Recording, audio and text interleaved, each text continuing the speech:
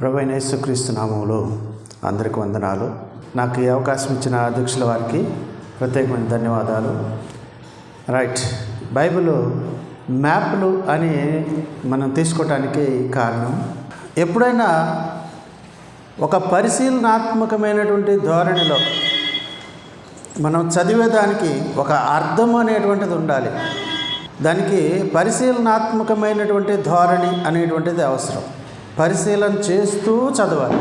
ఉదాహరణకి మనము దేవుడు సృష్టించిన తర్వాత ఆదామును ఏదైనా తోటలోనే ఎందుకు ఆయన పెట్టాలి? ఏదైనా తోట అనేటువంటి దానికి ప్రత్యేకత ఏమిటి? అలాగే ఇశ్రాయేలీలు మరి కనాన్ ప్రాంతంలోనే ఎందుకు నివసించాలని దేవుడు కోరుకున్నాడు? ఇలాంటి అన్నిటికీ రీజన్స్ ఉన్నాయి. ఏదైనా ఎందుకు ఉపయోగించుకున్నాడు దేవుడు? అలాగే కనానునే ఎందుకు ఉపయోగించుకున్నాడు? క్రొత్త నిబంధనలో క్రీస్తు సంఘాన్నే ఎందుకు ఉపయోగించుకున్నాడు?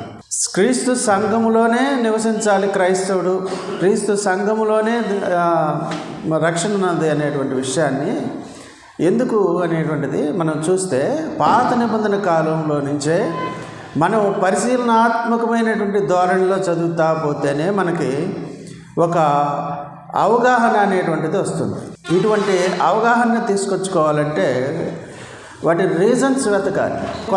కొంతమంది ఏం చేస్తారంటే క్రీస్తు సంఘాలలో మనకి పాత నిబంధన అవసరం లేదు, దాన్ని బోధించకూడదు అనే వాళ్ళు కూడా ఉన్నారు. అది రాంగ్. దేవుడు మార్పు చెందినటువంటి దేవుడు. ఆయనకి పాత కొత్త అనేటువంటిది ఏమీ లేదు. పాతది ఎవరికి, కొత్తది ఎవరికి అని అంటే నరులకే కానీ అది దేవునికి కాదు.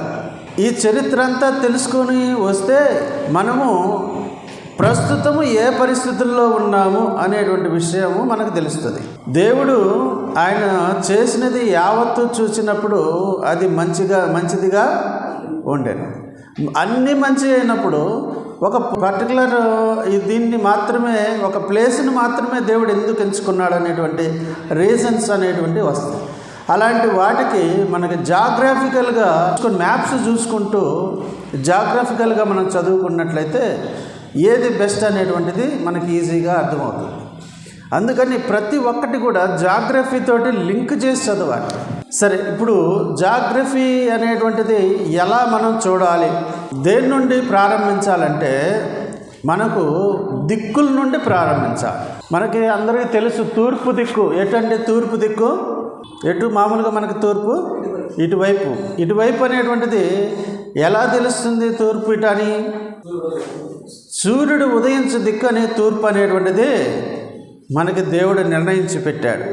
దేవుడు నిర్ణయించినవి అవన్నీ కూడా సూర్యుడు ఉదయించే దిక్కు తూర్పు దిక్కు, సూర్యుడు అస్తమించే దిక్కు పడమటి దిక్కు. తర్వాత మనము చిన్నప్పుడు 1వ తరగతిలో ఒక పాఠం ఉంది మనకు. ఉదయాన్నే లేచి సూర్యుడు ఉదయించే వైపు ముఖం పెట్టి చేతులు 2 చాచినప్పుడు ఇటు ఎడమ చేయి భాగం ఏ భాగం వస్తుంది? ఉత్తరం వస్తుంది. కుడి చేయి భాగం ఏం భాగం వస్తుంది? దక్షిణ భాగం వస్తుంది. అయితే ఇది మనకు దిక్కులు. అలాగే మూలలు కూడా ఉన్నాయి. ఈశాన్యము, నైరుతి, ఆగ్నేయము, వాయువ్యము. సరే, ఇవి కూడా ఆ సమయం వచ్చినప్పుడు చెప్తా. వీటికి మనకి ఇప్పుడు ఏమంత అవసరం లేదు. కానీ ఇక్కడ పుస్తకంలో లేదా పేపర్లో మ్యాప్ చూపించాలన్నప్పుడు ఎలా చూపిస్తాం? పేపర్లో మ్యాప్ వాటి దిక్కులు ఎట్లా ఉంటాయి? వాటి దిక్కులేంటి? పేపర్లో మ్యాప్ల యొక్క దిక్కులేమిటి అంటే కుడివైపు ఉన్నటువంటిది తూర్పు, ఎడమ వైపు ఉన్నది పడమట, పైన ఉన్నది ఉత్తరము, కింద ఉన్నది దక్షిణం. పేపర్లో మనం గమనించినట్లయితే ఇలాగా 4 మూలలు తీసుకున్నట్లయితే ఇది ఈస్ట్, ఇది వెస్ట్, ఇది నార్త్, ఇది సౌత్. అలా తీసుకోవాలి ఈ మ్యాప్లు తీసుకునేటప్పుడు. అంతే కదండి? ఏమన్నా డౌట్ ఏమన్నా ఉందా? సరే, కొన్ని జనరల్ నాలెడ్జ్ క్వశ్చన్స్ మిమ్మల్ని నేను అడగాలనుకుంటున్నా. ఎందుకంటే మీ యొక్క జ్ఞానాన్ని నేను పరీక్షించదలుచుకోలేదు, కానీ మీ అవగాహన అనేటువంటిది ఒక జస్ట్ ఊరక నేను కొన్ని క్వశ్చన్స్ చేద్దాం అనుకుంటున్నా. సూర్యుడు మొట్టమొదట ఏ దేశంలో ఉదయిస్తాడు? వెరీ గుడ్, జపాన్లో ఉదయిస్తాడు.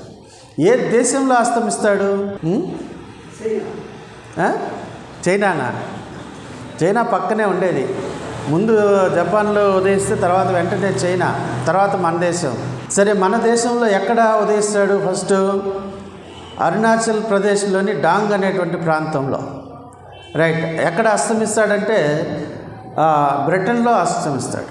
అంటే మన యాజ్ ఇట్ ఈజ్గా దిక్కులు ఎటున్నాయి?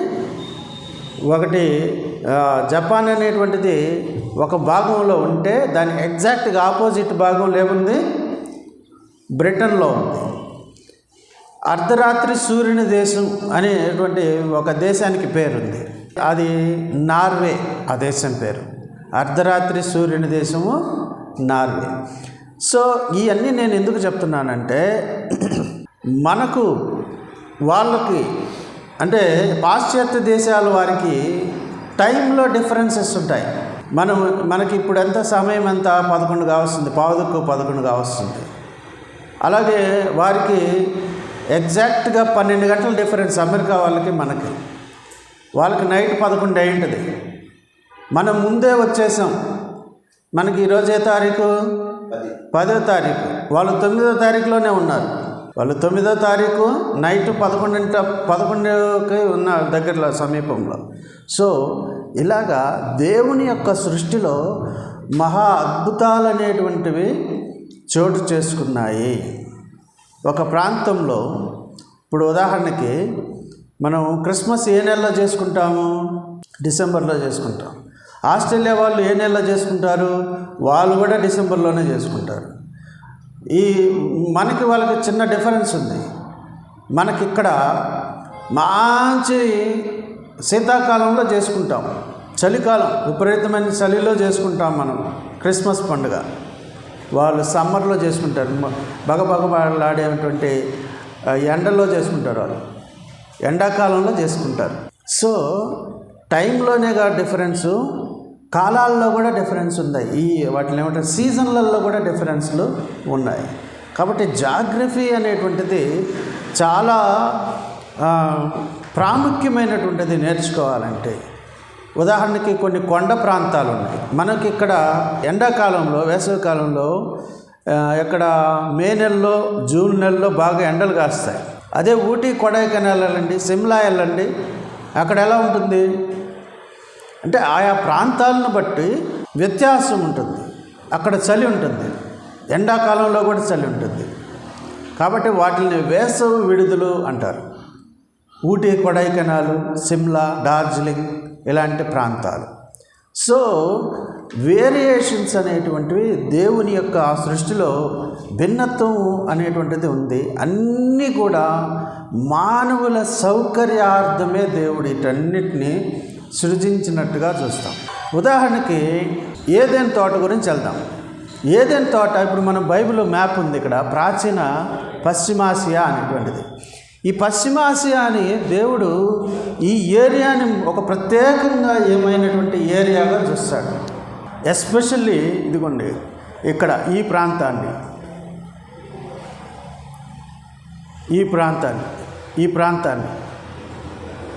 ప్రత్యేకంగా చూస్తాడు. ఈ ప్రాంతాన్ని ఎలా చూస్తాడో చూద్దాం.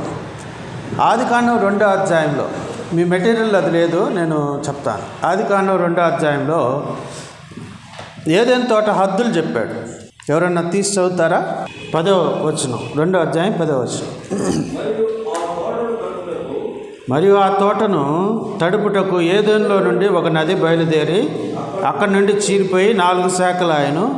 మొదటి దాని పేరు పీషోను. అది హవీలా దేశమందటి చుట్టూ పారుచున్నది.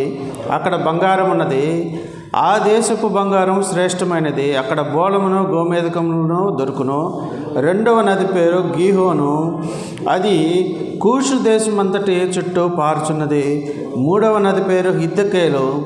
అది అష్షూరు తూర్పు వైపున పారుచున్నది. నాలుగవ నది యూఫ్రటీసు.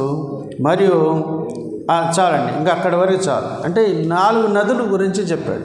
ఆ 4 నదుల్లో ఒకటి హిద్దకేలు, ఇంకోటి యూఫ్రటీస్. హిద్దకేలు అంటే టైగ్రిస్ నది అనేటువంటి మాట బైబిల్లో మనకు కనపడుతుంది. టైగ్రిస్ యూఫ్రటీస్ నదులు. గతంలో ఒక సహోదరులు అడిగారు నన్ను, 4 నదులు ప్రాంతం ఇక్కడ చూసారా, ఇప్పుడు మెసొపొతేమియా అని ఉంది కదా, ఇక్కడ ఈ పశ్చిమాసియాని ఒకసారి ఎక్స్ప్లెయిన్ చేస్తా, బోర్డు మ్యాప్ మొత్తం ఎక్స్ప్లెయిన్ చేస్తా. పైన నల్ల సముద్రం ఉంది, ఎక్కడ నార్త్ సైడ్, దానికి ఎగ్జాక్ట్గా సౌత్ సైడు ఎర్ర సముద్రం ఉంది. ఇటువైపు వెస్ట్ సైడు ఇంకా మధ్యధరా సముద్రం ఉంది. అలాగే అవతల వైపు పర్షియన్ సింధు శాఖ ఉంది, ఈ పర్షియన్ సింధు శాఖ. తర్వాత అటువైపు కాస్పియన్ సముద్రం ఉన్నది. సరే, ఇప్పుడు ప్రస్తుతానికి మనం నదుల గురించి మాట్లాడుతున్నాం కాబట్టి, ఆదికాండం 2వ అధ్యాయంలో నదుల గురించి మాట్లాడుతున్నాం కాబట్టి, పర్షియన్ సింధు శాఖకి దగ్గరలో ఉన్న నదులు ఉన్నాయి. ఇప్పుడు ఈ కలరు కొంచెం లైట్ గ్రీన్ కలర్ తోటి చేశాను కదా, గీయబడింది కదా, అవి నదులు అన్నమాట. చూడండి, బహుశా చూడండి, బంగారం ఉన్నటువంటి ప్రాంతము సౌత్ ఆఫ్రికాని సూచిస్తుంది. ప్రస్తుతం సౌత్ ఆఫ్రికాలో మేలిమి బంగారంతో ఉంటుంది. ఈ నైలు నది ఉంది కదా, చూసారా, ఈ నైలు నది యువతల ప్రాంతము ఐగుప్తు. ఇక్కడ రాసినట్లేను, ఇక్కడ ఐగుప్తు అని ఉంటుంది. మీరు ఐగుప్తు మీ మ్యాప్లో ఉంటుంది చూడండి, ఫస్ట్ మ్యాప్లో ఉంది కదా, ఇటువైపు ఐగుప్తు అనేటువంటిది ఉంటుంది. ఇక్కడ ఐగుప్తు అనేటువంటిది ఉండాలి. ఐగుప్తు దగ్గరలో ఇంకా కింద భాగంలో సౌత్ ఆఫ్రికా ఈ కంట్రీస్ ఉంటాయి. కూషు దేశం అనేటువంటి మాట ఒకటి ఉంటుంది కదా, కూషు దేశం విన్నారా మీరు ఎప్పుడైనా బైబిల్లో? ఆ కూష్ అంటే ఏమిటిది? ఇథియోపియా.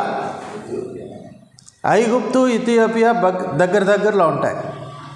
ఈ ఇథియోపియాకి కూడా ఒక ప్రత్యేకత ఉంది. కొత్త నిబంధనలో ఇథియోపియాకి సంబంధించినటువంటి ఒక వ్యక్తి ఉన్నాడు. Right, very good. ఆ నపుంసకుడు యెరూషలేము వచ్చి ఆరాధన చేసి వెనక్కి వెళ్తున్నాడు రాణితో కలిపి. కందాక్రే అనేటువంటి రాణిని అక్కడ తీసుకొని వచ్చి, బహుశా అతను నపుంసకుడు అంటే మామూలు ఈ మ్యాన్మేడ్ యూనక్ అంటారు. అతను అంటే ఏమంటారంటే మనుషుల చేత నపుంసకుడుగా చేయబడినటువంటి వాడు. రాణుల కింద పనిచేసే వాళ్ళని నపుంసకులుగా చేస్తారు, సైన్యాధిపతులను. సో ఆ చరిత్ర వేరు, డిఫరెంట్. రైట్, ఇప్పుడు మనం చూద్దాం. ఇక్కడ ఒక నది ఇక్కడ ఉంది, ఇంకా రెండవ నది, 2-3 నదులు అక్కడ ఉన్నాయి. ఏది? టైగ్రిస్ యూఫ్రటీస్ నదులు. టైగ్రిస్ యూఫ్రటీస్ నదులు అటువంటి ప్రాంతంలో ఉన్నాయి. తర్వాత వచ్చి పైన బహుశా మరి ఈ ప్రాంతాల్లో మిస్సౌరీ, మిసిసిపి ఇటువంటి నదుల్లో ఏదో ఒక నది ఉండొచ్చు చెప్పింది. ఒక నది మాత్రం బంగారాన్ని, ఆ ప్రాంతంలో బంగారం దొరుకుతుంది అని చెప్పిన ప్రాంతం మాత్రం నైలు నది. రెండో ప్రాంతం టైగ్రిస్ యూఫ్రటీస్ నదులు. ఇక్కడ మెసొపొటేమియా అని ఉంటుంది. మెసొపొటేమియా మాత్రమే కాదు, సుమేరియా, మెసొపొటేమియా ఈ కల్చర్స్ అక్కడ వెలుగొందాయి. భారతదేశపు ప్రాచీన సంస్కృతి తెలుసు కదా మనకి. ఏమిటది? ఏ నాగరికత? భారతదేశానికి సంబంధించిన నాగరికత సింధు నాగరికత. ఈ సింధు నాగరికతకు సమకాలీనమైనటువంటి నాగరికతలు ఏమిటంటే మెసొపొటేమియా నాగరికత, అలాగే సుమేరియా నాగరికతలు అంటారు. టైగ్రిస్ యూఫ్రటీస్ నదులు ఈ ప్రాంతాల్లో ప్రస్తుతము ఇరాన్, ఇరాక్ ఉన్నటువంటి ప్రాంతాలు అవి. సో ఏదైనా తోటను దేవుడు ఎలా ఎంచుకున్నాడు అంటే ఈ మధ్య ప్రాంతాన్ని ఏదైనా తోటగా చేసుకున్నాడు. ఇక్కడ ఉంది కదా ఈ మధ్య ప్రాంతాన్ని, అంటే సుమారుగా ఇప్పుడున్నటువంటి దాన్ని ఏమంటారు, ఇజ్రాయెలు, గాజా, పాలస్తీనా ఈ ప్రాంతంలోనే మొట్టమొదటగా ఏదైనా తోట కూడా ఉన్నది అని మనము గమనించాలి. అసలు ఎందుకు ఆ ప్రాంతానికి ప్రత్యేకమైనటువంటి, ఎందుకు దాన్ని ప్రత్యేకించుకున్నాడు దేవుడు చెప్పండి? ఆ ప్రాంతాన్ని ఒక ప్రత్యేకమైనటువంటి ప్రాంతంగా ఎందుకు ఎంచుకున్నాడు దేవుడు? మనం ఆలోచన చేస్తే మధ్యధరా సముద్రం ఉందో చూసారు ఇక్కడ, ఎక్కడున్నది మధ్యధరా సముద్రం, ఇదిగో ఇది మధ్యధరా సముద్రం. మధ్యధరా సముద్రం దగ్గర మధ్యధరా శీతోష్ణ స్థితి అనేటువంటిది ఉంటుంది. ప్రపంచంలో అత్యుత్తమమైనటువంటి ప్రాంతం అన్నమాట అది. ఏది సైంటిఫిక్గా మనం చూస్తే మధ్యధరా సముద్రం దగ్గర ఉన్న ఆ శీతోష్ణ స్థితి అత్యుత్తమమైనటువంటి శీతోష్ణ స్థితి. చలికాలంలో విపరీతమైన చలి రాదు, చలికాలంలో విపరీతమైన చలి రాదు, ఎండాకాలంలో విపరీతమైన ఎండ రాదు. చాలా మోడరేట్ టెంపరేచర్ ఉంటుంది. చాలా చక్కని క్లైమేట్. ఒక మనిషి బాగా ప్రశాంతంగా జీవించాలంటే ఈ ఎండలు చెమటలు ఇవన్నీ కూడా లేకుండా, లేదా విపరీతమైన చలితోటి ఇబ్బంది లేకుండా ఉండాలంటే ఆ ప్రాంతంలో నివసించాలి. చలికాలంలో కొంత 0 నుంచి 10 degrees వరకు, వేసవి కాలంలో మ్యాక్సిమం టెంపరేచర్ 21. ఇప్పుడు మీరు మొబైల్ ఉంటే తీసి చూడండి, ఇప్పుడు ఎంత ఉంటుంది క్లైమేట్ టెంపరేచర్ మనకి 30 లోపల ఉంటుంది. చూడండి కరెంట్ టెంపరేచర్ అని కొట్టండి, current temperature in my area అని కొట్టండి, ఎంత ఉంటుందో చెప్పండి నాకు స్పీడ్గా. సో సుమారుగా 28 నుంచి 30 లోపల ఉండొచ్చు నాకు తెలిసి. ఎంత ఉందండి? 26 డిగ్రీలు. ఈ 26 దీనికంటే కూడా వాళ్ళకి మండు వేసవి కాలంలో దీనికంటే కూడా తక్కువగా ఉంటుంది. హాయిగా ఉంటారు వాళ్ళు, ప్రశాంతమైన వాతావరణం. రెండవది ఈ మధ్యధరా సముద్రం చూడండి. ఈ మధ్యధరా సముద్రాన్ని ఆనుకొని ఇవన్నీ ఉన్నాయి. యెరూషలేము, హెబ్రోను ఇవన్నీ కూడా మధ్యధరా సముద్రాన్ని ఆనుకొని ఉన్నాయి. మధ్యధరా సముద్రాన్ని ఆనుకొని ఉండటం వల్ల మధ్యధరా సముద్రంలో ఎటువంటి చేపలు దొరుకుతాయి తెలుసా? ప్రపంచంలో అత్యంత ఖరీదైన చేపలు దొరుకుతాయి. ఎందుకని అత్యంత ఖరీదు? ఆ చేపలు తినటం వల్ల హార్ట్ ప్రాబ్లమ్స్ రావు, బ్రెయిన్ ప్రాబ్లమ్స్ రావు, కంటి జబ్బులు రావు, ఒమేగా 3 ఫ్యాటీ యాసిడ్స్ ఉంటాయి వాటిల్లో, లివర్ కిడ్నీ జబ్బులు రావు. ఇంకొకటి, అక్కడ మాత్రమే లభించే ఆలివ్ చెట్లు ఉంటాయి. ఆలివ్ ఆయిల్ దొరుకుతుంది. అన్రిఫైన్డ్ ఆలివ్ ఆయిల్ ఎంత ఉంటుందో తెలుసా? 3,000 నుంచి 5,000 వరకు ఉంటుంది 1 లీటరు. 5 స్టార్ హోటల్స్లో జస్ట్ ఊరికట చల్లుతారు. మామూలుగా భోజనం ప్లేట్ 5,000 6,000 ఎంత తీసుకుంటారు, ఇట్లా చల్లుతారు అంతే. దానికి ఓన్లీ ఆలివ్ ఆయిల్ తోటే చేస్తారు వాళ్ళు. ఎందుకు అంత ఇదంటే అంత హైజీనిక్ ఫుడ్ అనమాట. సో అట్లాంటివి వాళ్ళకి న్యాచురల్గానే దొరుకుతుంది. అది మనకి ఇక్కడ ఆయిల్ ఏం వాడతామంటే వేరుశనగ నూనె, పొద్దుతిరుగుడు విత్తనాల నూనె, ఇవి మనం వాడేది. ఏ కాడికి పామ్ ఆయిల్ ఇవి వాడతాం. ఇవి కూడా కొబ్బరి నూనె ఇట్లాంటివి వాడతాం. ఇవి కూడా ప్యూర్గా వాడితే తప్పులేదు, ప్యూర్గా వాడితే మంచిదే. అలా కాకుండా రిఫైన్డ్ చేస్తారు, కెమికల్స్ కలిపి కల్తీ చేస్తారు. కల్తీ చేయడం వల్ల రేటు తగ్గిస్తారు. మామూలుగా ఒరిజినల్గా మొత్తం ఆయిల్ గానుగలో తీయాలంటే చాలా రేటు ఉంటుంది. సుమారుగా 500-600 అట్లా ఉంటుంది 1 లీటర్ నూనె. కానీ వాళ్ళు కల్తీ చేయడం వల్ల తగ్గించేస్తారు, 100-120కి అమ్మేస్తారు. పామాయిల్ అయితే 80 నుంచి 90 రూపాయలు ఎంతో ఉంది. సో ఇటువంటివి మనకు రేట్లు తగ్గించడం కోసం ఈ రకంగా చేస్తూ ఉంటారు. సో కాబట్టి అక్కడ ఏం జరిగిందంటే ఆలివ్ ఆయిల్ అనేటువంటిది ఆరోగ్యానికి ఉత్తమమైనటువంటిది, దానివల్ల రోగాలు రావు. రెండవది పశు మాంసం కూడా నెంబర్ 1 మాంసం దొరుకుతుంది అక్కడ. ప్రపంచంలో నెంబర్ 1 మాంసం. చేపలు కానీ, ఉన్ని కానీ, సమృద్ధి గోధుమలు కానీ, పంట. అసలు వాళ్ళకి ఎంత కరువు వచ్చినా ఇబ్బందే ఉండదు. అందుకు కనానును సృజించాడు. దేవుడు చేసినది యావత్తు మొత్తము చూసినప్పుడు అది మంచిదిగా ఉండెను. కానీ ఎస్పెషల్లీ దేవుని ప్రజలు అనేటువంటి వారు ఎక్స్ట్రా ప్లెజర్స్ కావాలి వాళ్ళ కోసం. ప్లెజర్స్ అంటే మంచి మంచి సౌకర్యాలు కావాలి అని దేవుని ప్రణాళిక. అందుకు ఈ ప్రాంతము నా ప్రజలది, భూమి మీద ఇటువంటి ప్రాంతము నా ప్రజలు ఉండాలి అనేది ఉంటుంది దేవుని కోరిక. అందుకు అబ్రహామును మొట్టమొదటగా ఏర్పాటు చేసుకున్నాడు. ఇప్పుడు చూడండి, ఇప్పటి నుంచి నేను మ్యాప్ ఎక్స్ప్లెయిన్ చేస్తాను. మొదటి మ్యాప్ ఎక్స్ప్లెయిన్ చేసిన తర్వాత, ఫస్ట్ మ్యాప్ ఎక్స్ప్లెయిన్ చేసిన తర్వాత అప్పుడు రెండో మ్యాప్కి వెళ్దాము. ఒక్కొక్క పాయింట్ ఒక్కొక్కరు చదువుతూ ఉంటే నాకు ఈజీగా ఉంటుంది. అబ్రహాము ప్రయాణంలో అనేటువంటి దాని దగ్గర తీసుకుందాం. అబ్రహాము ఎక్కడ వాడు? మొట్టమొదటి ఫస్ట్ పాయింట్ చదవండి. తెరహు తన కుమారుడు అబ్రహామును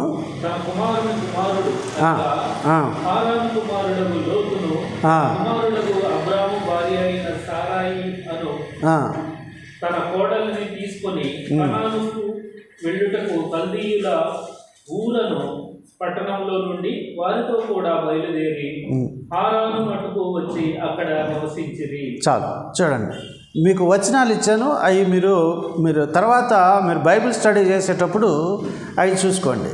ఇక్కడ చూడండి, పర్షియన్ సింధు శాఖ దగ్గరలో దరిదాపులో ఉన్నటువంటి ఈ ఊరు అనేటువంటి పట్టణం ఉంది కదా, మ్యాప్. ఎక్కడ ఈ నేను రెండు నదులు వేసాను. ఒక నది టైగ్రిస్ మరియు రెండో నది యూఫ్రటీస్. ఏలాం అనేటువంటి నది ఉంది, చూసారా? అది నది. తర్వాత మెసపటోమియా యూఫ్రటీస్ అనే నది, ఇక్కడ యూఫ్రటీస్ అనే నది. టైగ్రిస్, యూఫ్రటీస్ ఈ రెండు నదుల సంగమం దగ్గర ఊరనే పట్టణం ఉంది. ఇది బబులోను. ఇది మీకు పాయింటర్ కనపడుతుందా? రైట్, ఈ పాయింటర్ దగ్గర బబులోను ప్రత్యేకత ఉంది కదా మీకు బైబిల్ గ్రంథంలో. ఏం ప్రత్యేకత? రైట్, బబులోను రాజు నెబుకద్నెజరు దానియేలు గ్రంథంలో మనకు కనపడతాడు. అతన్ని ఇదిగో నేను రప్పిస్తున్నాను అనేటువంటి యెషయా గ్రంథం, ఇర్మీయా గ్రంథం వీటిలలో ఇదిగో తూర్పు నుంచి నా యొక్క సేవకుడిని రప్పిస్తున్నాను, అతడు వచ్చి మిమ్మల్ని ఏళ్తాడని అక్కడ రాజుల గ్రంథాల్లో ఉన్నాయి. రాజుల చరిత్రలు చెప్పేటప్పుడు మనం చెప్తాం దాని గురించి. బబులోను ఈ ప్రాంతం నుండి ప్రపంచాన్ని అంతా ఏలేరు వీళ్ళు, ఈ బబులోను వారు. ఈ కల్దీయుల ఊరు అనేటువంటి పట్టణం, ఈ బబులోను దగ్గర ఉన్నటువంటి ఊరు అనేటువంటి పట్టణం మెసపటోమియా. ఇది మొత్తం మెసపటోమియానే.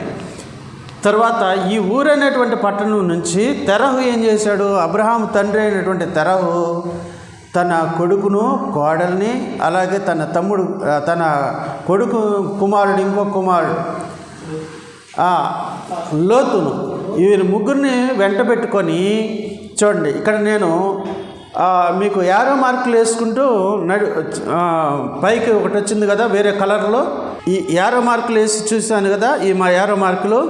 ఈ యారో మార్కుల నుంచి ఇక్కడ నుంచి డైరెక్ట్గా ఇటు రాకుండా కనానుకని బయలుదేరారు వాళ్ళు. తెరహు కనానుకని బయలుదేరాడు.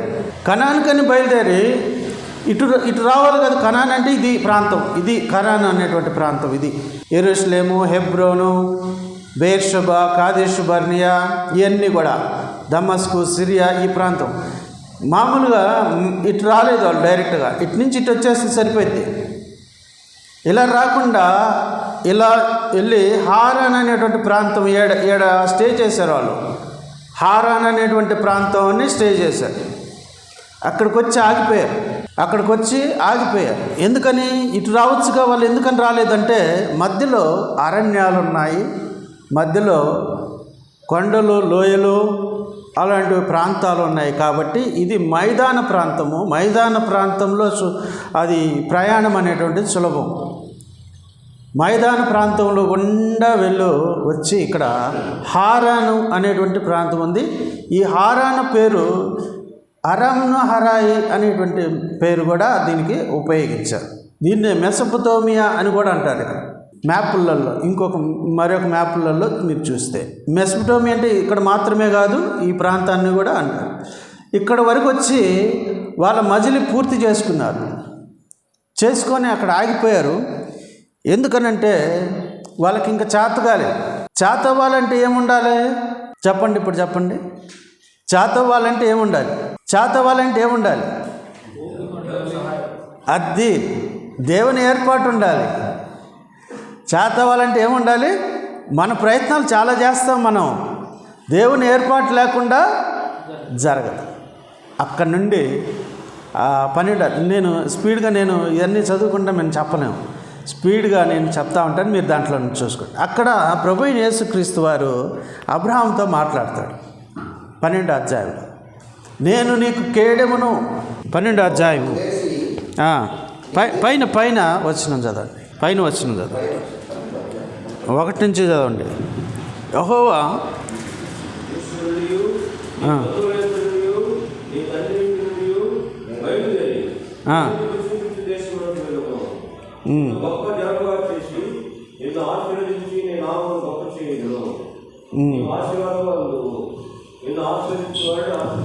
నేను నీకు కేడెమును అనే మాట 15వ అధ్యాయంలో ఉంది. 15వ అధ్యాయంలో ఉంది కదా, రైట్. 15వ అధ్యాయం దగ్గరికి అప్పుడే వద్దు, 12లోనే చదువుతాం. రైట్. అక్కడి నుంచి లేచి నువ్వు బయలుదేరమని చెప్పి అబ్రహాంతో అన్నాడు. ఇక్కడ హారాన్ నుంచి బయలుదేరి ఇంకా నువ్వు కనానికి బయలుదేరు అని అన్నాడు. ఇప్పుడు చదవండి 2వ పాయింట్. హారాన్ నుండి కనానుకు 12:5 బయలుదేరారు. 3వ పాయింట్. అక్కడి నుండి అబ్రహాము ఒక పని చేసుకుంటా వచ్చాడు. అబ్రహాం ఏం చేసుకుంటూ వచ్చాడు? అప్పటి నుంచి ఒక పని చేసుకుంటూ వచ్చాడు. ఏం పని చేశాడు? ఎక్కడికి వెళితే అక్కడ యెహోవాకు బలిపీఠం కట్టాడు. అలాగే బలిపీఠం మాత్రమే కాదు, యెహోవా నామమున ప్రార్థన చేయడం చేశాడు. అబ్రహాము దేవుడు బయలుదేరమన్నాడని చెప్పి ఏడు పడితే ఆడ వచ్చేసి ఇంకా ప్రభా ఇంకెక్కడికి వెళ్ళాలి, ప్రభా ఎక్కడికి వెళ్ళాలని చెప్పి అడగలేదు. ఎక్కడ మేలైనటువంటి స్థలము అని అబ్రహాంకు అనిపించిందంటే అక్కడ ఏం చేస్తున్నాడు? యెహోవాకు బలిపీఠము కట్టి ఆయన నామమున ప్రార్థన చేయడం మొదలుపెట్టారు. ఇక్కడ నేను ఒక చిన్న ప్రశ్న అడగాలనుకుంటున్నాను. యెహోవా నామమును బట్టి ప్రార్థన చేయడం ఎప్పుడు ఆరంభమైంది? 4వ అధ్యాయంలో చివరిలో ఉంటుంది. ఎనోషు అనేటువంటి కాలంలో. ఈ ఎనోషు ఎవరు? షేతేనా? షేతు యొక్క కుమారుడు. కయీను హేబేలును చంపిన తర్వాత హేబేలుకి ప్రతిగా షేతును ఇచ్చాడు. ఆ షేతు యొక్క కుమారుడు ఎనోషు. ఎనోషు కాలంలో ప్రారంభమైంది. ఏం ప్రారంభమైంది? యెహోవా నామమున ప్రార్థన చేయుట ఆరంభమైనది అని ఉంటుంది. ఇప్పుడు చూడండి, కొత్త నిబంధనలో ఎవరి నామమున ప్రార్థన చేయాలి? యేసుక్రీస్తు నామమున ప్రార్థన చేయాలి. అంటే పాత నిబంధన యెహోవా అనేటువంటి పేరు ఎవరిని సూచిస్తుంది? క్రొత్త నిబంధనలో యేసుక్రీస్తునే సూచిస్తుంది. తండ్రితో పాటు కుమారుణ్ణి సూచిస్తుంది. కొత్త నిబంధనకు సంబంధించినటువంటి ఒక ప్రవచనం చెప్పమంటారా? పాత నిబంధన ప్రవచన గ్రంథాల్లో యోవేలు రాసినటువంటి గ్రంథము 2వ అధ్యాయము 32 చివరి మాట, 32వ వచనం చివరి మాట. ఆ దినమున యెహోవా నామమును బట్టి ఆయనకు ప్రార్థన చేయవారందరూ రక్షింపబడతారు. ఏ దినము గురించి మాట్లాడుతున్నాడు గ్రంథకర్త అయినటువంటి యోవేలు? క్రొత్త నిబంధనలో రాబోయేటువంటి దేవుని రాజ్యము, సంఘస్థాపనలో క్రొత్త నిబంధనలలో సంఘస్థాపన దినమున, దేవుని రాజ్య స్థాపన దినమున ఎవరి నామమున ప్రార్థన చేయవారందరూ రక్షింపబడతారు అని చెప్తున్నాడు. యెహోవా నామమున ప్రార్థన చేయవారందరూ రక్షింపబడతారు అని అన్నాడు. అదే పేతురు సేమ్ దీన్నే కోట్ చేస్తున్నాడు. అపోస్తల కార్యాలు 2:21. అప్పుడు ప్రభువు నామమును బట్టి ప్రార్థన చేయవారందరూ రక్షింపబడతారు అని దేవుడు చెప్తున్నాడు. తర్వాత దాన్నే పౌలు గారు కూడా తెలియజేస్తున్నాడు. రోమాపత్రిక 10వ అధ్యాయము 12-13 వచనాలు.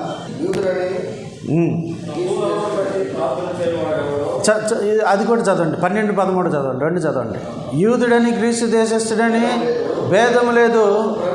ఒక్క ప్రభువే అందరికీ ప్రభువై ఉండి తనకు ప్రార్థన చేయి వారందరి ఏడల కృప చూపుటకు ఐశ్వర్యవంతుడై ఉన్నాడు.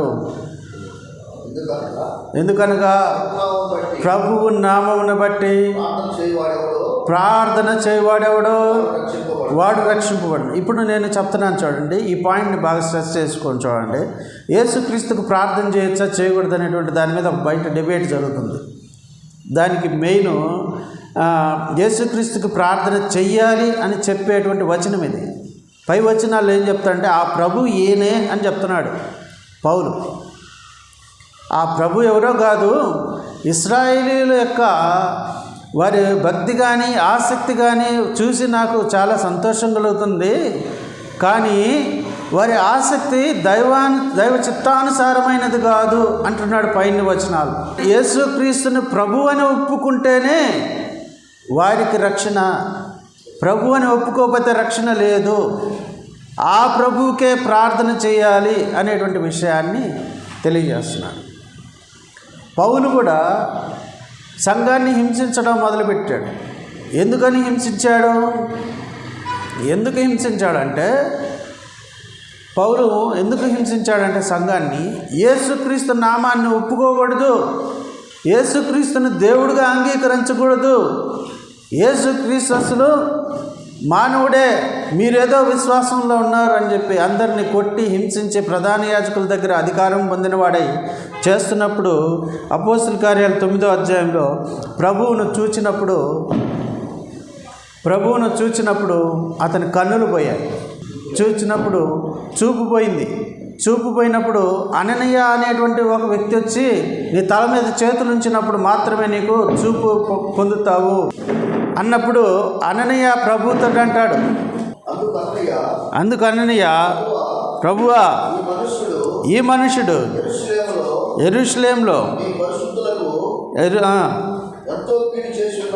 ఎంతో కీడు చేసి ఉన్నాడని అతని గూర్చి అనేకుల వలన వింటిని. ఇక్కడను నీ నామమును బట్టి ప్రార్థన చేయ వారందరినీ బంధించుటకు అతడు ప్రధాన యాజకుల వలన అధికారం పొంది ఉన్నాడని ఉత్తరం ఇచ్చెను. నీ నామమును బట్టి ప్రార్థన చేయ వారందరినీ ఏం చేయాలనుకుంటున్నాడు? బంధించాలనుకుంటున్నాడు. ప్రధాన యాజకుల దగ్గర అధికారం పొందినాడు ఆ రకంగా పౌలు అనేటువంటి వ్యక్తి. అందుకని అంటాడు తిమోతికి రాస్తూ 1వ అధ్యాయం 12వ వచనంలో 1 తిమోతి పత్రిక, పూర్వము దోషకుడును హింసకుడును హానికరుడనైన నన్ను తన పరిచర్యకు నియమించి నమ్మకమైన వానిగా ఎంచినందుకు అది నన్ను బలపరిచిన క్రీస్తు యేసుకు కృతజ్ఞుడై ఉన్నాను. ఆ క్రీస్తు యేసు ఎవరో తెలుసా? సకల యుగములలో రాజు ఇండి అక్షయుడును అదృశ్యుడు నాకు అద్వితీయ దేవునికి ఘనతయు మహిమయు యుగ యుగములు కలుగును గాక అని ఏం చేస్తాడు? ఆ క్రీస్తు ఈయన అని, అంత గొప్ప దేవుడు అని చెప్తాడు. హింసకుడును నేను, ఆ గొప్ప దేవుడు నన్ను ఆదుకున్నాడు అని యేసుక్రీస్తుని గురించి సాక్ష్యమిస్తున్నాడు తిమోతికి. కాబట్టి అది ప్రార్థన యేసుక్రీస్తు ప్రభువారి నామమునే ఈరోజు ఆ నామము యెహోవా నామముగా చెప్పబడింది పాత నిబంధన కాలం. యెహోవా అంటే తండ్రి కదా, అంటే తండ్రి కుమారుడు పరిశుద్ధాత్ములుగా కలిసి ఉన్నటువంటి ఒక సింగిల్ దేవుడు. One God, one true God, that is Jesus Christ. One true God, that is Father. One true God, that is Holy Spirit. ముగ్గురు కలిపి ఒకే దేవత్వం. ఇది క్రైస్తవుల యొక్క సిద్ధాంతం. అలా లేకపోయినటువంటి వాళ్ళు క్రైస్తవులే కాదు. రైట్. ఇప్పుడు మీరు ఎవరైనా యెహోవాకి యేసుక్రీస్తుకు ప్రార్థన చేయవచ్చు అంటే ఈ లేఖనాలు ఉన్నాయి, సరిపోతాయి, చాలు. ఇంకా చెప్పాలంటే తిమోతికి రాసిన 2వ పత్రిక 2వ అధ్యాయము 22వ వచనం, పవిత్ర హృదయులై ప్రభువునకు ప్రార్థన చేయవారితో కూడా నీతిని, విశ్వాసమును, ప్రేమను, సమాధానమును వెంటాడము. ప్రభువునకు ప్రార్థన చేసే వాళ్ళతోటే ఉండును. నీ సహవాసం వాళ్ళతోటే ఉండాలి, అంతేగాని యెహోవా సాక్షుల టైప్లో ఉండొద్దు. తండ్రిని ప్రార్థన చేశాడు కదా యేసు ప్రభు, రైట్, చేశాడు. ఆయన నరుడుగా వచ్చాడు, ఇన్కార్నేషన్ స్టేట్ అంటారు దాన్ని. యేసుక్రీస్తు ప్రభు వారిని 3 విధాలుగా చూడాలి: pre incarnate state, incarnate state and post incarnate state. Pre incarnate స్టేట్లో ఇప్పుడు నేను ఎందుకు యేసు ప్రభు వారి గురించి చెప్తున్నానంటే, ఆయనే దేవుడిగా ఉండి అబ్రహామును పిలిచాడు, ఆది సృష్టిని చేశాడు, తర్వాత నీతిమంతులతో నడిచాడు ఆయన. అలాగే అబ్రహాము దగ్గర నుండి ఏర్పాట్లన్నీ కూడా చేసింది ఆయన. మొత్తం అబ్రహాముకు ప్రత్యక్షమైన ప్రతి సందర్భంలో కూడా ప్రత్యక్షమైంది. నా యూట్యూబ్ ప్రసంగాలు ఉన్నాయి మొత్తం యేసుక్రీస్తు గురించి, మీరు ప్రత్యేకంగా చూడాలంటే చూడవచ్చు. రైట్, ఇక్కడ నుండి ప్రారంభమై హారాన్ దగ్గర నుంచి బయలుదేరుతూ వచ్చాడు. అప్పుడు ఆ దేశంలో కరువు వచ్చును. ఎక్కడ? కనాను ప్రాంతంలోకి వెళ్ళాడు. ఆ దేశంలో కరువు వచ్చిందంట. కరువు మామూలుగా అయితే ఇప్పుడున్నటువంటి పరిస్థితుల ప్రకారంగా ఆ ప్రాంతాల్లో కరువు ఉండదు. ఒకడు ఇది చూసారా, ఇక్కడ మీకు అరేబియా ఎడారి ఉంది కదా, దీని పక్కన అన్నమాట. ఇది సుమారుగా బబులోనుకు ఇటు ఈ ప్రాంతానికి, ఏది యెరూషలేము, యెరికో, ఈ ప్రాంతాలకి మధ్యలో అరేబియా ఎడారి ఉంది. అందుకని ఒకడేం చేస్తాడు తెలుసా, మాటికి సోషల్ మీడియాలో లేదా దారిలెంబడి రోడ్లెంబడి తిరుగుతా ఎడారి మతాలు అని చెప్పుకుంటా తిరుగుతుంటాడు ఒకడు. ఎడారి ఎక్కడుంది? ఇక్కడెక్కడ ఈ దేవుని ప్రజలు ఎక్కడున్నారు? దేవుని ప్రజలు శ్రేష్టమైనటువంటి పాలు తేనెలు ప్రవహించే ప్రాంతంలో ఉన్నారు. అక్కడ ఒక ద్రాక్ష గెలను ఇప్పుడు నెక్స్ట్ లెసన్లో చెప్తాను నేను మీకు దాని గురించి. ఒక్క ద్రాక్ష గెలను మోయడానికి 2 మనుషులు కావాల్సి వచ్చిందంట. సో గెలైంది 2 మనుషులు మోయడమైంది. ఒక మనిషి మామూలుగా అయితే, ఒక మనిషి మనలాంటి వాళ్ళు అయితే సుమారుగా ఒక్కొక్క వ్యక్తి 50 కేజీలు మోస్తాడు అనుకుందాం. ఆ 50 కూడా కష్టమే. 50 కేజీలు మోస్తాడు అనుకుందాం. ఇద్దరు కలిసి కావిడిలాగా ఇద్దరు మోసుకుంటా పోవటం ఏంటి? అందులో వాళ్ళ ఆజానుబాహులు, అక్కడ ఉన్నటువంటి ప్రాంతపు వాళ్ళు అనాకీయులు అని అన్నారు. వాళ్ళ సంతానాన్ని అనాక్ సంతానాన్ని అన్నారు. కాబట్టి వాళ్ళు అంత పెద్ద ఇదిగుండి 2 మనుషులు మోసుకుంటూ పోయారంటే ఎంత సమృద్ధి ఉంటుందో ఆలోచన చేయండి. ఆ ప్రాంతం ఇప్పుడు కూడా ఉన్నాయి. ఇప్పటికి కూడా అదే సమృద్ధి ఉంది. అవును, ఇప్పుడు కూడా అదే సమృద్ధి ఉంది. ఆ ప్రాంతంలో కరువు రావటం కూడా అది దేవుని సంకల్పంలో భాగమే, అంతేగాని ఆ ప్రాంతంలో కరువు రాదు. అయితే కరువు వచ్చిన తర్వాత అక్కడ నుండి ఐగుప్తుకి వెళ్ళమంటాడు దేవుడు. అదే కదా రాయబడింది అది. ఐగుప్తు నుండి మళ్ళా ఐగుప్తులో ఒక మాట చెప్తాడు దేవుడు అబ్రహాంతో. ఏమని చెప్పాడు అక్కడ? ఇదిగో నీ సంతతి వారు ఇక్కడ 400 సంవత్సరాలు వీళ్ళ కింద ఉంటారు. 15వ అధ్యాయంలో ఉంది అన్నమాట. మీరు వచనం ఎగ్జాక్ట్గా కావాలా? 14వ వచనంలో 400 ఏళ్ళు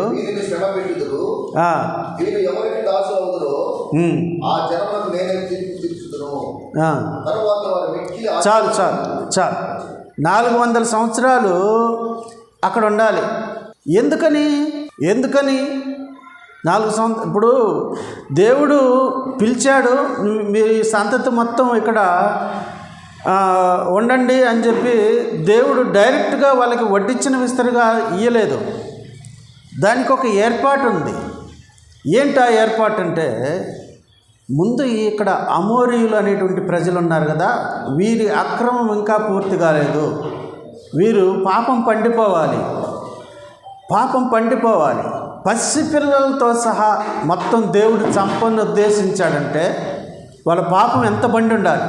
పసిపిల్లలతో సహా చంపనుద్దేశించాడంటే వాళ్ళ పాపం ఎంత బండాలి?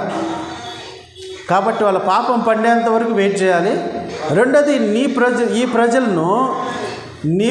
నీ సంతతి వారిని ఇక్కడ నేను వర్ధిల్ల చేస్తాను. అయినప్పటికీ వీళ్ళు దాసులుగా ఉన్నప్పటికీ వీళ్ళు నా యొక్క కార్యాలన్నీ, అద్భుత కార్యాలన్నీ చూడాలి. నేను ఎలాంటి దేవుడినో వీళ్ళు చూడాలి. ఐగుప్తులో దేవుడు 10 రకాల తెగుళ్ళను పంపిస్తాడు ఐగుప్తు ప్రజల మీదకి. నేను అన్య దేవతల పైన దేవుని తీర్పు అనేటువంటి లెసన్ ఉంది నా దగ్గర. ఒక్కొక్క దేవత పేరు, ఆ దేవత వారు చెయ్యలేనటువంటి, వారు ఏ పేరు పెట్టబడినటువంటి వారో, ఏ పేరు పెట్టబడినటువంటి దేవతలో ఆ పేరును సార్థకం చేసుకోలేనటువంటి దేవతలుగా ఉన్నారు వారు. ఉదాహరణకి ఫరో ఉంటే, ఫరో దేవుని కుమారుడు అని బిరుదు అనమాట. రా అంటారు, రా యొక్క కుమారుడు. రా అంటే సూర్యదేవుడు. వాళ్ళకి దేవుని కుమారుడు ఎలాంటి వ్యక్తిగా ఉండాలి? మామూలుగా యేసుక్రీస్తు దేవుని కుమారుడు కదా. యేసుక్రీస్తు దేవుని కుమారుడు అయితే ఆయనకి పవర్ ఎలాంటి పవర్ ఉంది? చనిపోయిన వారిని సైతము తిరిగి లేపగలిగిన సమర్థుడు, సముద్రం మీద నడవగలిగిన సమర్థుడు, భూమిని ఆకాశమును తన మహత్తు గల మాట చేత సమస్తమును నిర్వహించే గొప్ప దేవుడు యేసుక్రీస్తు ప్రభువారు. అటువంటి అంత శక్తి సామర్థ్యం కలిగినటువంటి దేవుడు అయ్యుండి ఆయన తన మహత్తు గల మాట చేత అన్నిటినీ, వాటిలో ఏమంటారు, పంచభూతాలన్నిటినీ ఆయన హోల్డ్లో పెట్టుకున్నటువంటి గొప్ప దేవుడు. మరి ఫరో జ్యేష్ఠ కుమారులు చనిపోగలిగితే ఆపగలిగాడా? చిమ్మ చీకటిని ఆపగలిగాడా? రక్తమును నీరుగా మారిస్తే ఆపగలిగాడా? కప్పలు వచ్చినప్పుడు ఆపగలిగాడా? లేకపోతే పేలు వచ్చినప్పుడు ఆపగలిగాడా? మిడతలు వచ్చినప్పుడు ఆపగలిగాడా? చాలా ఉంది. నేను మీకు ఆ లెసన్ చెప్పేటప్పుడు దాన్ని అద్భుతంగా చెప్తాను. మీకు మెటీరియల్ కూడా మంచి మెటీరియల్ నేను తయారు చేసి ఇస్తాను. కాబట్టి దేవుని యొక్క ప్రణాళిక ఎలాంటిది అని అంటే, తన ప్రజలు నలగాలి, తెలుసుకోవాలి. ఎప్పుడైనా కూడా నేను కూడా ఒక విషయం కోరుకుంటుంటా, మా వాడికి ఇంకా జాబ్ రాలేదని నాకు బాధ. కానీ ఒక పక్క నుంచి ఇప్పటికిప్పుడే వస్తే వాళ్ళు ఆ మాట వినరు. వాడు ప్రపంచం తెలియాలి, సమస్యలు తెలియాలి, సమస్య తెలియాలి వాళ్ళకి. వేరేని మనలాంటి వాళ్ళు ఇబ్బంది పడినా కూడా రేపు ఒక మంచి అంత టాలెంటెడ్ ఉన్న వాళ్ళందరికీ వస్తాయి ఉద్యోగాలు, మళ్ళా మనోడికి కూడా వస్తాయి. కానీ ఈ మధ్యలో స్ట్రగ్లింగ్ పీరియడ్ ఉంటుంది చూసారా, ప్రతి ఒక్కరికి స్ట్రగ్లింగ్ పీరియడ్ లేకుండా లైఫ్లో ఊరకనే వచ్చేసిందంటే వాడు దేవుణ్ణి ఖచ్చితంగా దూరంగా పెట్టేస్తాడు. అంతా నేనే సాధించుకున్నా అనేటువంటి విర్రవీగేటువంటి తనం అనేటువంటిది వస్తుంది ఎవరికైనా కూడా. కష్టాలు పడకుండా ఊరకనే వచ్చినాయి అంటే, ఏదైనా కూడా వచ్చినాయి అంటే మనం దేవుని మాట అసలు వినం. టాలెంట్ ఉంది. ఇప్పుడు ఆనాడు మన యోసేపు ఎన్ని ఇబ్బందులు పడ్డాడు, కానీ ఫైనల్గా దేవుడు ఎలా నిలబెట్టాడు యోసేపుని? చిన్న బాలుడిగా పంపబడి ఐగుప్తుకు అమ్మివేయబడి పోతిఫరో దగ్గర ఉండి, తర్వాత చెరసాల్లో పడి, తర్వాత మరి ప్రామిస్లు ఇచ్చినటువంటి వాళ్ళు కూడా వెనక్కి పోయి రకరకాలుగా వాళ్ళ మైండ్ సెట్ ఎలా ఉండొచ్చు. మనమైతే ఎలా ఆలోచన చేస్తాం? మనం ఏంది లాభం లేదు, చిన్న సమస్య వస్తేనే దేవుడులే కష్టాలు ఇన్ని, దేవుడు నిజంగా ఉంటే ఈ కష్టాలు ఉంటాయా వస్తాయా అనేటువంటి అనుకుంటుంటాం. ఎప్పుడు కూడా అనకూడదు. దేవుడు ప్రతి దానికి ఒక కాలం పెడతాడు. ఆ కాలం వచ్చిందంటే ఇంకా ఆగదు, బండి ఆగదు. నువ్వు కరెక్ట్గా ఒకే ఇదిలో కానీ మనం నడపగలిగితే, కష్ట నష్టాల్లో ఒకే స్థిరమైన మైండ్ సెట్ కానీ ఉండగలిగితే అది వెళ్తానే ఉంటుంది, బండి వస్తాయి. రైట్. అలాగా దేవుని ప్రజలను దేవుడు అలాగ ఏర్పాటు చేసుకున్నాడు. బెస్ట్ ఇవ్వాలనుకున్నాడు. కాస్తకు ఆ యొక్క ఇదిలో లోకంలో శ్రమలు అందరికీ తప్పవు, ఖచ్చితంగా ఉండాలి. రైట్. తర్వాత 15వ అధ్యాయం తర్వాత 14వ అధ్యాయంలో మెల్కీసెదెకును కలుసుకున్నాడు కదా. మెల్కీసెదెకు ఎవరు అనుకుంటున్నారు మీరు? మెల్కీసెదెకు గురించి హెబ్రీ పత్రిక 7వ అధ్యాయంలో ఏమని చెప్పబడింది?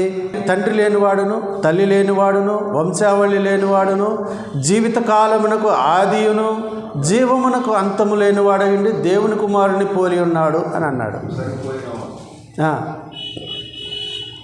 అంటే ఎవరై ఉండాలి? ఆయన ఒక దేవత్వపు వ్యక్తి, మెల్కీసెదెక్ అనేటువంటి ఆయన. అంతేగా, తండ్రి లేడు, తల్లి లేదు, వంశావళి లేదు, జీవితకాలమునకు ఆది, జీవమునకు అంతము లేదు. ఈ రెండు లేని వాళ్ళు, అంటే ఆది అంతం లేనివాడు ఎవరై ఉండాలి? దేవుడై ఉండాలి. దేవుని కుమారుని యొక్క రూపాలలో, అనేక యాట్రిబ్యూట్స్లో ఇదొక యాట్రిబ్యూటు. ఆయన యేసుక్రీస్తు అని ఈ లేఖనం చెప్తుంది. తండ్రి ఎప్పుడు భూమి మీదకి రాలేదు, ఆయన ఎప్పుడు కనపడలేదు, ఆయన ఎవరికి ప్రత్యక్షంగా లేదు, ఆయన ఎవరు చూడలేదు, ఆయన స్వరం ఎప్పుడు కూడా వినలేదు. పూర్తిగా తండ్రి పక్షాన కార్యక్రమాలన్నీ కూడా నిర్వహించింది ప్రభువైన యేసుక్రీస్తు వారే. నువ్వు బైబిల్ కోణాన్ని చూడాలంటే తండ్రి, కుమారుడు, పరిశుద్ధాత్మ ఈ రకంగా చూస్తే మనం సక్సెస్ కాదు. ఎప్పుడు కూడా ప్రభువైన యేసుక్రీస్తు ద్వారా తండ్రిని చూడాలి, ప్రభువైన యేసుక్రీస్తు యొక్క ఆత్మగా పరిశుద్ధాత్మను చూడాలి. అలానే ఆ కోణంలోనే చూస్తేనే వెళ్తుంది ఎప్పుడు కూడా. లేకపోతే అంటే నేను చాలా రీసెర్చ్ చేసి దీన్ని నేను కనుగొన్నా, తెలుసుకున్నా, చదువుకున్నా, అనేక మంది ద్వారా నేను బోధింపబడ్డా, తెలుసుకున్నా. ప్రభువైన యేసుక్రీస్తు వారు Jesus Christ is the centre of the Bible అని చెప్పబడింది.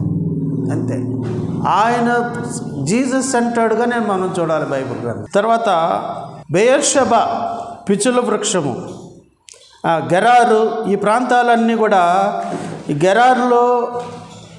గెరారు ఒకటి ఫిలిస్తీయుల దేశము, గెరారు అంటారు ఫిలిస్తీయులు అనేటువంటిది. ఇక్కడ ఉన్నది చూసారా, గాజా, ఇది ఎందుకు చూసారా, ఈ ప్రాంతాలను ఈ ఫిలిస్తీన్లు, గాజా ఉంది చూసారా, ఇది ఫిలిస్తీన్ల దేశం. ఇక్కడే గెరారు కూడా ఉండేది.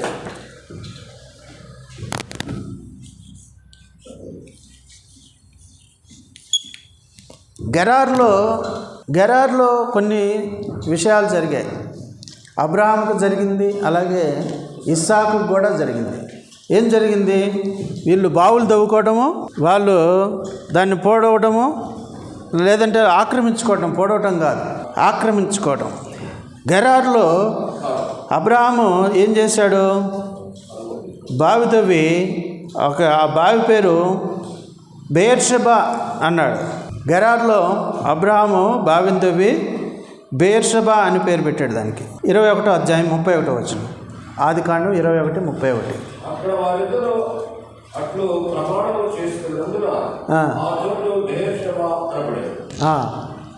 సో ప్రమాణము చేసినందున అంటే సాక్షార్థమైన బావి అని ఉంటుంది కదా, రైట్, సాక్షార్థమైన బావి. మీకు కొన్ని హెబ్రీ పదాలు, ఆదికాండంలో ఉన్నటువంటి కొన్ని హెబ్రీ పదాలు ఉన్నాయి. మీరు నోట్స్ రాసుకుంటామంటే చెప్తాను స్పీడ్గా. పెన్ను అవి లేవు, ఉన్నాయా? ఎక్కడన్నా హెబ్రీ పదాలు ఉన్నాయి నా దగ్గర, జస్ట్ ఒక 20-21 పదాలు ఉన్నాయి. అవి రాసుకుంటా అంటే చెప్తాను. జస్ట్ ఒక సూత్ర రూపంలో రాసుకుంటా. ఆదికాండం 16 అంటే లేఖనం చెప్తామంటారా ముందు, లేదా ఇష్మాయేల్ అనేటువంటి పేరు ఉంది, పేరు రాసుకోండి. పేరు ఫస్ట్, పేరు, దాని అర్థము, అది పలికింది ఎవరు, లేఖనం ఎక్కడ. నేను మెటీరియల్ ఇద్దామనుకున్నా దీనికి కూడా, క్షమించండి. ఒకవేళ వీలైతే నేను దీన్ని కూడా మెటీరియల్ తయారు చేసి రూపంలో రాస్తాను. రైట్, మొదటగా ఇష్మాయేలు, ఆదికాండంలో మాత్రమే తీసుకున్నాను నేను. ఇష్మాయేల్ అనే పేరుకు దేవుడు వినును అని అర్థం. ఇది పలికింది యెహోవా దూత. తర్వాత లేఖనం ఆదికాండం 16వ అధ్యాయము 11వ వచనం. 2 బెయేర్ లహోయి రోయి, దీని అర్థము నన్ను చూచుచున్న సజీవుని బావి, పలికింది హాగరు. ఆదికాండం 16వ అధ్యాయం 14వ వచనంలో. ఈయన చూచింది ఆయన్ని, సజీవుడు ఎవరు? యేసుక్రీస్తు ప్రభువారు. అక్కడ యెహోవా చూచుచున్న యెహోవా అనే పేరు అన్నమాట. రైట్. తర్వాత 3 సోయరు, దీని అర్థము చిన్న ఊరు, ఇది పలికింది లోతు. ఆదికాండం 19వ అధ్యాయము 22వ వచనం. హెబ్రీ పదాలు రాసుకుంటున్నారు. బెయేర్షెబా అంటే సాక్షార్థమైన బావి, ఇది పలికింది అబ్రహాము. వచనం ఆదికాండం 21:31. తర్వాత పాయింట్ నెంబర్ 5, యెహోవా ఈరే అనగా యెహోవా చూచుకొనును పలికింది అబ్రహాము. ఆదికాండం 22:14 వచనం. తర్వాత ఏశావు అనగా రోమము లేదా ఎర్రని వచనం ఆదికాండము 25:25. తర్వాత యాకోబు పాయింట్ నెంబర్ 7, యాకోబు అనగా దీని అర్థము మడిమను పట్టుకునేవాడు లేక మోసగాడు అని అర్థం. ఆదికాండం 25:26. పాయింట్ నెంబర్ 8, ఎదోము అనగా ఎర్రని ఆదికాండము 25:31 వచనం. తర్వాత 9వ పాయింట్, ఏసెకు అంటే ఇదొక బావి, జగడమాడు అని అర్థం. ఈ పేరు పెట్టింది ఇస్సాకు. దీని అర్థము జగడమాడు. ఫిలిస్తీన్ దేశమైనటువంటి గెరారు అనేటువంటిది ఉంది అని చెప్పాను కదా. ఇక్కడ గెరారు అనేటువంటి ప్రాంతం ఉంది కదా.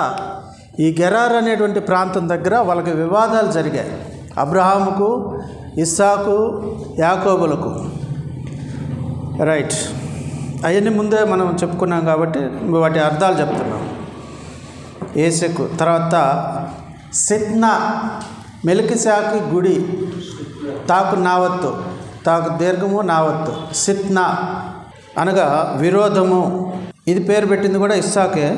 ఆదికాండం 26:21. ఇందాక జగడమాడు అనే దగ్గర ఉంది కదా, ఇది ఏసెకు అనేటు 26:20, ఇక్కడ 26:21. తర్వాత రహెబోతు అంటే దాని అర్థము ఎడము. తర్వాత ఈ పేరు పెట్టింది కూడా ఇస్సాకే. ఆదికాండం 26:22. తర్వాత 12వది షేబా,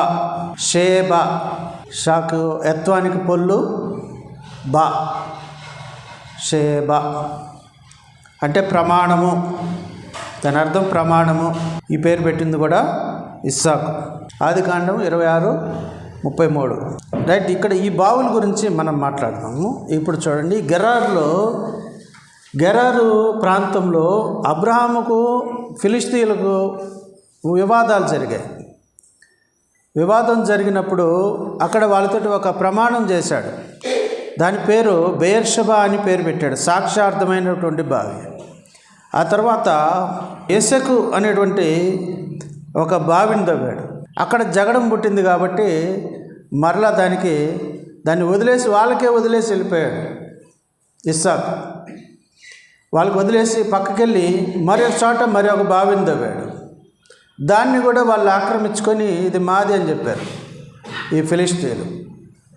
మళ్ళా దానికి విరోధం కలిగిందని చెప్పి దానికి సిత్నా అని పేరు పెట్టి పక్కకెళ్ళి ఎడమకు వేరే దూరంగా వెళ్ళిపోయి ఒక చోట ఒక బావిని తవ్వాడు. అక్కడ రహెబోతు అనగా ఎడముగా తవ్వినటువంటి బావి అని పేరు పెట్టుకున్నాడు. మరి ఒక చోట షేబా అనేటువంటి ప్రాంతం దగ్గరకు వచ్చేసరికి అక్కడ వివాదం కలగలేదు, ప్రమాణం చేసుకున్నారు, ఇదిగో ఈ బావి మాది అని. ఇక్కడ మీరు ఒక కామన్ పాయింట్ను ఆలోచన చేద్దాం. ఏమిటా కామన్ పాయింట్ అంటే, ఫిలిస్తీన్లు బావులు తవ్వితే నీళ్లు పడవు. ఇశ్రాయేలీలు బావులు తవ్వితేనే ఇస్సాకు వాగ్దాన పుత్రుడు కదా, అబ్రహాము విశ్వాసులకు తండ్రి కదా. కాబట్టి వారు ఏ పని చేసినా సఫలం అవుతుంది. దేవుని ప్రజలు ఏ పని చేసినా కూడా మొదటి నుండి సఫలం అవుతుంది. కాబట్టి ప్రజలు దేవుని ప్రజలై ఉండి దేవుడు సాక్షాత్తు పరలోకమందున దేవుడు మాకు తోడుగా ఉన్నాడని, దేవుడే నాకు తోడుంటే నువ్వెవడెవరో మధ్యలో వచ్చింది అని చెప్పి వాళ్ళు ఎదురు తిరగల. ఈ బావి మాది, మా దేశం ఇది, మా దేశంలో మేము ఉండాలి, మా బావి అని చెప్పి వాళ్ళు అడిగినప్పుడు సరేలే ఇక్కడ జగడం పుట్టిందని పక్కకు వచ్చేసాడు. ఇంకో చాటుకు వచ్చి వాళ్ళు బావి తవ్వినప్పుడు అది కూడా మాది అని అన్నప్పుడు సరే వదిలేసిరండి అని చెప్పి తన పరివారంతో చెప్పారు. అంటే దేవుని ప్రజలు ఎంత ఓర్పు కలిగినటువంటి వారుగా ఉన్నారో, ఎంత ఓపిక పట్టేటువంటి వారుగా. Peace makers, blessed are the peace makers, for they shall be called as sons of God. సమాధానపరచువారు ధన్యులు, వారు దేవుని కుమారులు అనబడతారు. పీస్ మేకర్స్ వాళ్ళు. అలాగా అబ్రహాము ప్రవర్తించాడు, ఇస్సాకు ప్రవర్తించాడు, యాకోబు ప్రవర్తించాడు. ఇశ్రాయేలులో అలా ప్రవర్తించినటువంటి వారందరూ కొట్టివేయబడ్డారు, అలా ప్రవర్తించినటువంటి వారందరూ నిలబడ్డారు. అబ్రహాము కూడా హేతుకుమారుల దగ్గర ఎలాగా సాష్టాంగ నమస్కారం చేసి సాష్టాంగపడి బ్రతిమలాడి ఆ పొలం నాకు నా భార్య సమాధి చేసుకోవడానికి ఇవ్వమని అడుగుతాడు. 23వ అధ్యాయం చదవండి బ్రదర్. ఎవరిది ఆ పొలం? పాయింట్ పేరు కూడా ఉంది. 9-10 వచనాల్లో 10వ వచనం చదువు. అప్పుడు ఎఫ్రోను హేతుకుమారుల మధ్య నేను కూర్చుండి ఉండెను. హిత్తీయుడైన ఎఫ్రోను తన ఊరి గవిని ప్రవేశించిన వారందరి ఎదుట హేతుకుమారులకు వినబడినట్లుగా అబ్రాహాముతో చెప్పిన ప్రత్యుత్తరమైనగా, అయ్యా అట్లా కాదు, నా మని ఆలకించము. ఆ పొలము నీకు ఇచ్చుచున్నాను, దానిలోనున్న గుహను నీకు ఇచ్చుచున్నాను. నా ప్రజల ఎదుట అది నీకు ఇచ్చుచున్నాను. మృతి పొందిన నీ భార్యను పాతిపెట్టుకోమనెను. అప్పుడు అబ్రాహాము ఆ దేశపు ప్రజల ఎదుట సాగిలపడి, సరే కానీ నా మని ఆలకించము, ఆ పొలమునకు వెల ఇచ్చేదను. అది నా యొద్ద పుచ్చుకొని ఎడల మృతి పొందిన నా భార్యను పాతిపెట్టుదనని ఆ దేశ ప్రజలకు వినబడినట్లుగా ఎఫ్రోనుతో చెప్పాను. అందుకు ఎఫ్రోను, అయ్యా నా మాట వినుము, ఆ భూమి 400 తులముల వెండి చేయును, నాకును నీకును అది ఎంత? మృతి పొందిన నీ భార్యను పాతిపెట్టమని అబ్రహాముతో ఉత్తరం ఇచ్చింది. అబ్రహాము ఎఫ్రోను మాట వినెను. కాబట్టి హేతుకుమారులకు వినబడినట్లు ఎఫ్రోను చెప్పిన వెల అనగా వర్తకులలో చిల్లు 400 తులముల వెండి అబ్రహాము తూచి అతనికి ఇచ్చెను. చూడండి, అబ్రహామేమో అడుగుతున్నాడు, నా భార్యను పాతి పెట్టుకోవాలి, ఇది నా దేశం కాదు, దేవుడిచ్చిన దేశం అది, ఇదంతా నా దేశం, మీరెంతరా వెళ్ళిపోండి అవతలికి అని చెప్పి అబ్రహాము ఆ ఓవర్ కాన్ఫిడెన్స్ చూపించలేదు. ఇది నాది కాదు, దేవుడు నిత్యమైన స్వాస్థ్యం నాకు పరలోకంలో ఇచ్చాడు. వారు వాగ్దాన భూమిలో అంట పరవాసులుగా ఉన్నారని బైబిల్ గ్రంథం కొత్త నిబంధనలో హెబ్రీ పత్రికలో రాయబడింది. వాగ్దానం చేయబడినటువంటి భూమిలో వాళ్ళు ఎలా నివసించారంట? పరవాసులుగా నివసించారు. రెండవది, అబ్రహాము ఉచితంగా వస్తే తీసుకోలేదు ఆ భూమి. 400 తులముల వెండిని చేస్తుంది, అది నీకెంత, నువ్వు మా మధ్య మహారాజులాగా ఉన్నావని అన్నాడు. నిజంగానే అబ్రహాము మహారాజు అంతటి కెపాసిటీ, మహారాజులాగా ఉండేటువంటి స్వభావం. కానీ ఎప్పుడు కూడా అబ్రహాము నేను రాజును, దేవుడు నన్ను రాజుగా చూస్తున్నాడు అనేటువంటిది అనుకోలే. నా దేవుడు నా ప్రభువు నా రాజు అని అనుకున్నాడు. అందుకనే అక్కడ 5 రాజులను సంహారం చేసి వచ్చినప్పుడు ఈ సొదొమ గొమొర్రా రాజులు ఏం చేస్తారు తెలుసా? ఇదిగో నీ ఇంట ఉండి అలవర్చిన ఈ 318 మంది 318 మంది యువకులు ఉన్నారు చూసారా, వాళ్ళని మాకు ఇచ్చేసి ఈ ఆస్తి మొత్తం ఈ కొల్లగొన్న సొమ్ముంతా నువ్వు తీసుకుంటే, అబ్రహాము ఇదిగో నేనే అబ్రహామును ధనవంతునిగా చేసిన నువ్వు చెప్పుకొనుకున్నట్లు అనేటువంటి మాట ఉపయోగిస్తాడు. యెహోవా వల్లనే నేను ఆశీర్వదింపబడాలి, నీ వల్ల కాదు అని అబ్రహాము దాన్ని తిరస్కరించి, వాళ్ళు తిన్న ఆహార పదార్థం తప్పనిచ్చి నాకు ఏం అవసరం లేదు అని అన్నాడు. అని వచ్చేసాడు తన తమ్ముడైన లోతును తప్పించి. సో అంత పరాక్రమం కలిగినటువంటి అబ్రహాము ఉచితంగా వస్తే వద్దన్నాడు. ఉచితంగా తీసుకొని పోండి, మా మధ్య నువ్వు మహారాజులాగా ఉన్నావు, నువ్వు అడగటమేందయ్యా, నువ్వు సాగిల పట్టమేంది, మాకు అవసరం లేదు, నువ్వు ఎలా నీ స్థాయి ఏంటి, నువ్వేంది అని అన్నా కూడా లేదు, వర్తకులలో చెల్లేటువంటి 400 తులముల వెండిని తూచి ఇచ్చాడు.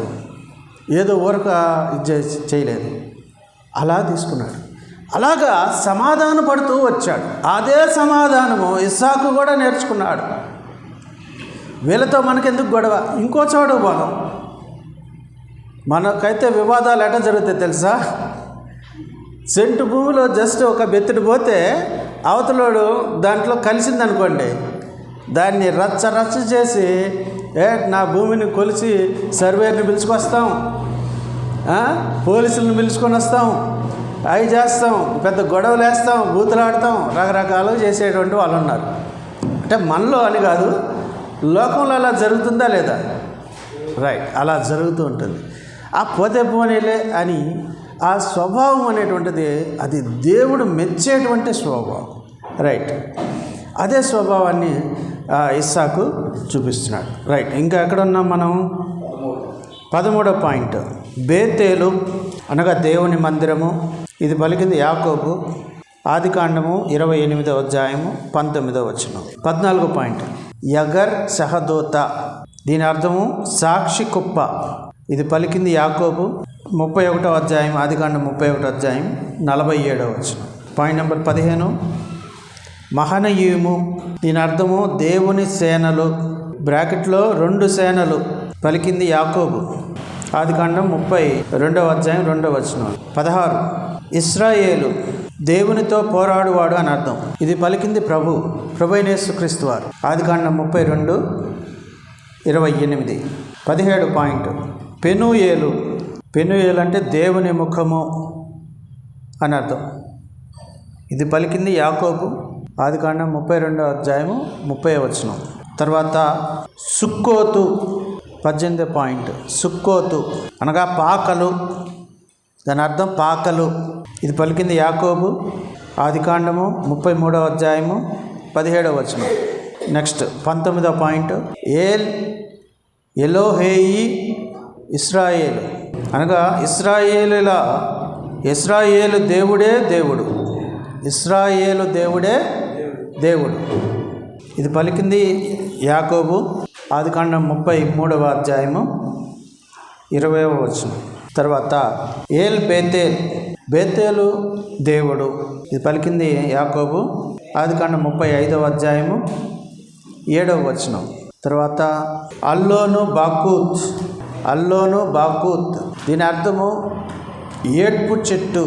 వచనము ఆదికాండం 35వ అధ్యాయము 8వ వచనం. 22వ పాయింట్, బెనోని నా దుఃఖపుత్రుడు. పలికింది రాహేలు, ఆదికాండం 35వ అధ్యాయము 18వ వచనము. తర్వాత బెన్యామీను. దీని అర్థం కుడి చేతి పుత్రుడు. ఇది పలికింది యాకోబు, ఆదికాండం 35వ అధ్యాయం 18వ వచనం. తర్వాత పాయింట్ నెంబర్ 24, పెరెసు, భేదము.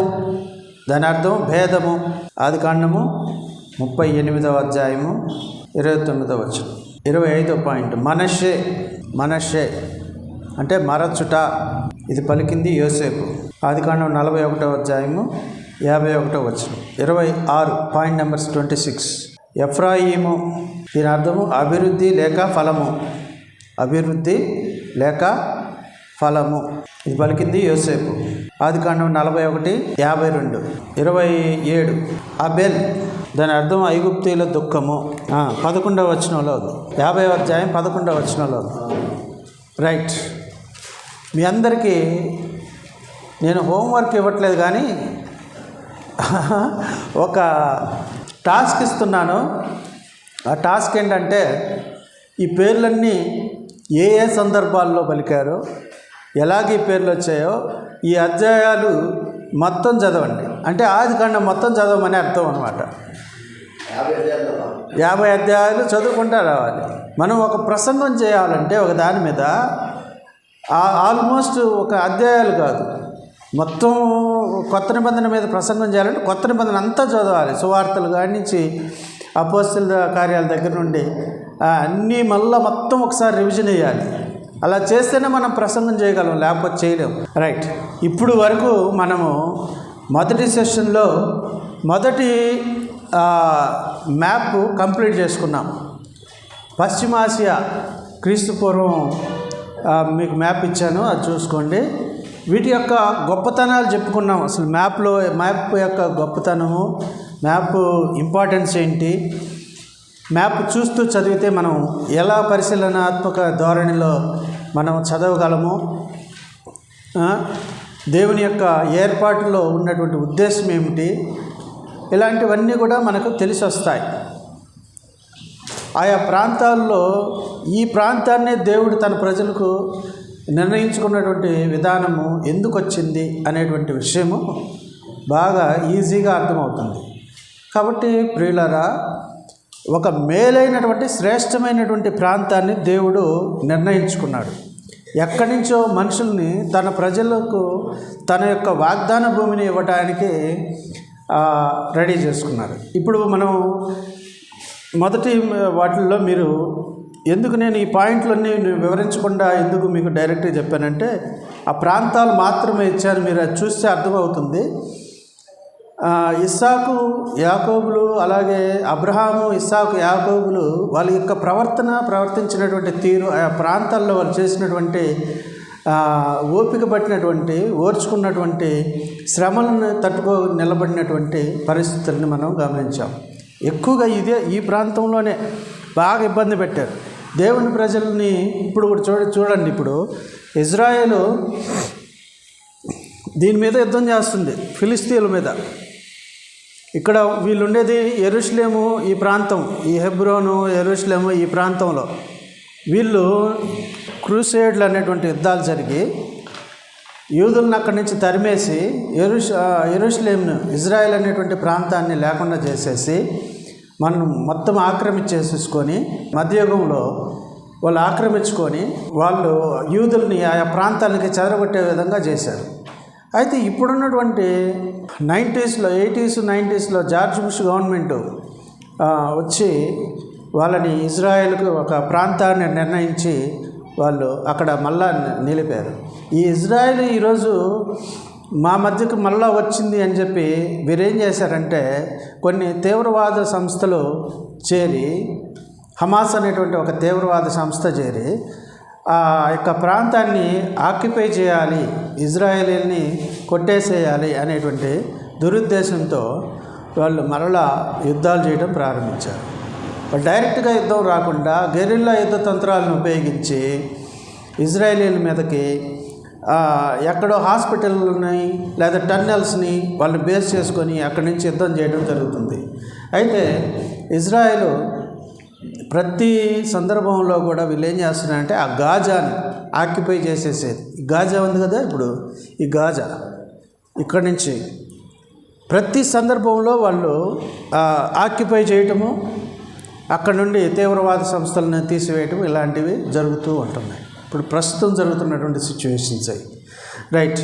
అసలు ఇజ్రాయెల్ దేశం అనేటువంటిది అబ్రహాం, ఇస్సాకు, యాకోబుల తర్వాత మరలా ఈ ఐగుప్తులో ఉన్నటువంటి ఇశ్రాయేలీలకు, ఐగుప్తులో ఉన్నటువంటి హెబ్రీలకు ఎలాగ దీన్ని ఎలా స్వతంత్రించుకున్నారు అనేటువంటి విషయాన్ని డీటెయిల్గా మనం చెప్పుకుందాం. రెండో మ్యాప్కి వెళ్దాం.